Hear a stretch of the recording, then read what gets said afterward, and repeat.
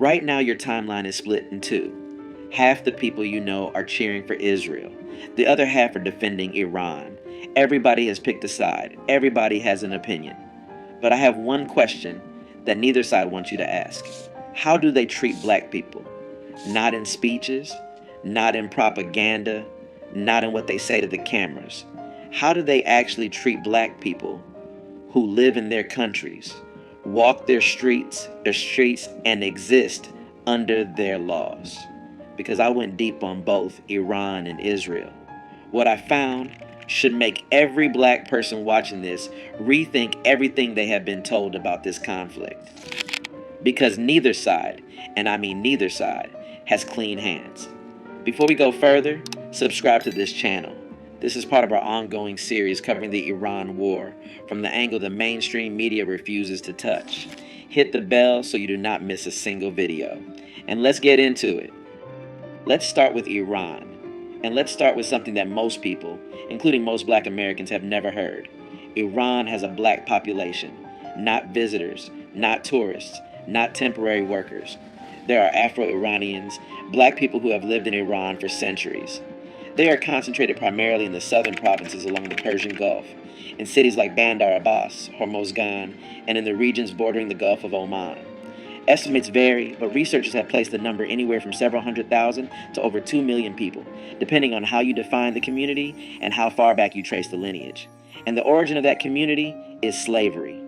The Persian slave trade, which overlapped heavily with the Arab slave trade, brought East African people to Iran over a period spanning more than 1,000 years. From the 7th century onward, enslaved Africans were transported from the coasts of what are now Kenya, Tanzania, Mozambique, Ethiopia, and Sudan into the Persian Gulf region. They were used as laborers, domestic servants, pearl divers, soldiers, and in agricultural work in some of the most brutal conditions imaginable.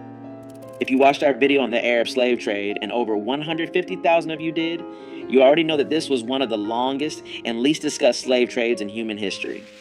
It predated the transatlantic slave trade by centuries and continued well into the 20th century.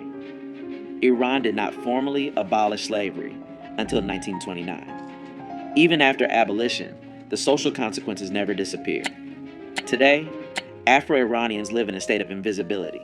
They are among the poorest communities in the country. They hold almost no political power. Their cultural traditions, rooted in African music, spiritual practices, and oral history, are marginalized. They are rarely represented in Iranian media, education, or public life.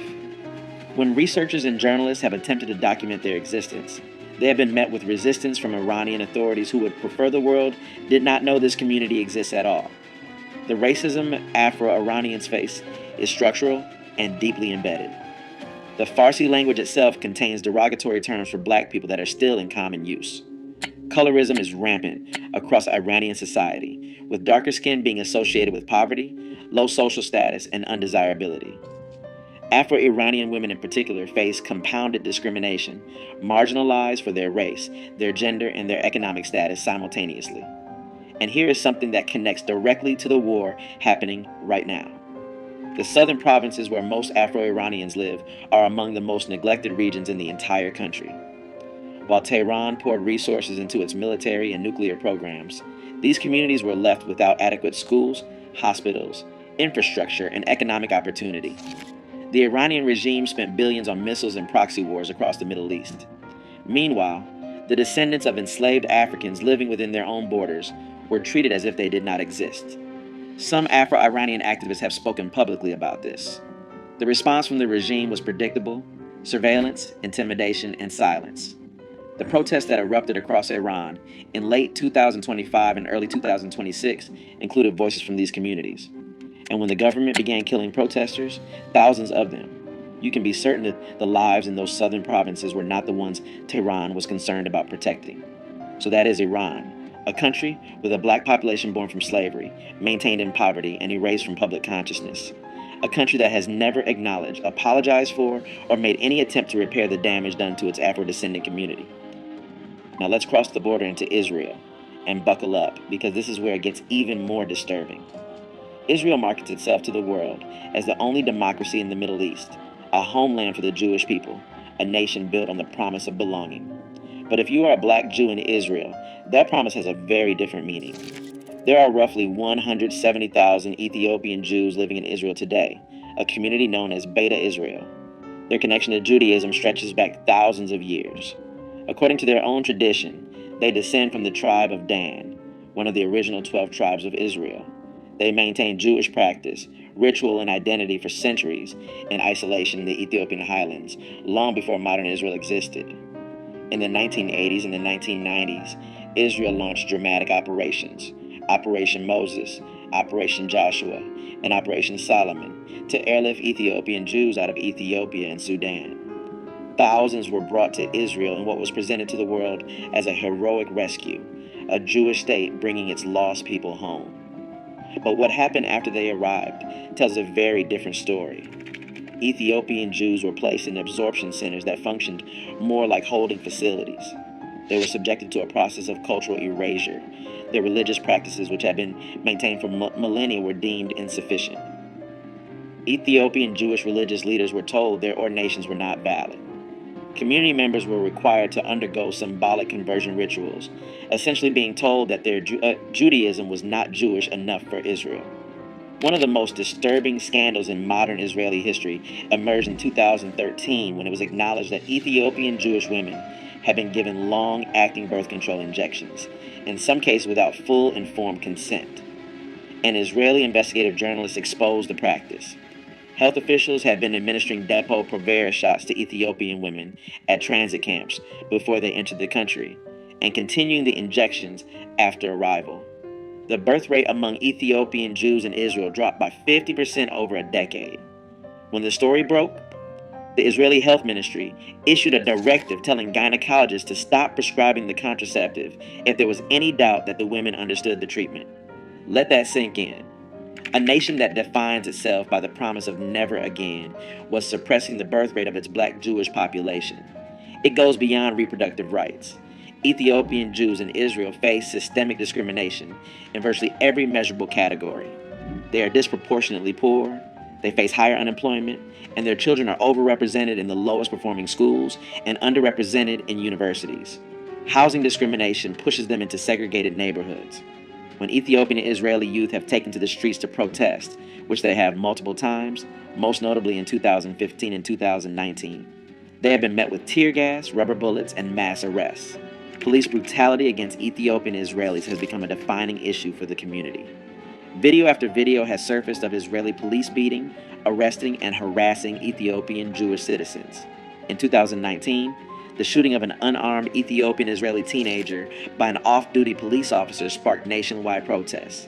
Thousands of Ethiopian Israelis took to the streets, they blocked highways, and they demanded justice. The parallels to Black Lives Matter were impossible to ignore, and they were not lost on Black Americans watching from across the ocean. Then there are the African asylum seekers. Tens of thousands of migrants and refugees, primarily from Eritrea and Sudan, entered Israel through the Sinai Peninsula in the 2000s and early 2010s, fleeing war, dictatorship, and persecution. Israel's response was not compassion. The government built a massive detention facility in the Negev desert. Senior Israeli politicians referred to African asylum seekers as infiltrators and as a cancer. Legislation was passed to detain them indefinitely. Deportation campaigns were launched, pressuring Africans to leave for third countries in Africa with cash payments and threats of imprisonment. The message was unmistakable: Jewish or not, refugee or not. If you were black in Israel, you were a problem to be managed, not a person to be welcomed. And now, in the middle of this war, Israel is asking the world to support its cause. It is asking for solidarity. It is asking Black Americans, some of whom serve disproportionately in the U.S. military, which is currently fighting alongside Israel, to view this as a fight for democracy and freedom. But democracy for whom? Freedom for whom?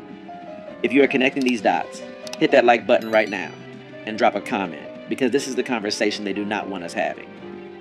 So here we are, the two nations at the center of the biggest military conflict in a generation, and neither of them can look black people in the eye with a clean conscience. Iran built a black population through slavery and then pretended they don't exist. Israel rescued black Jews from Africa and then treated them as second-class citizens in their own promised land. Iran silences its Afro-Iranian community through neglect and suppression. Israel polices its Ethiopian community through force and systemic exclusion. And both of them, right now today, are asking for your support, your sympathy, your sons and daughters in uniform. This is not about picking a side between Iran and Israel. This is about recognizing that black people are not a priority for either side.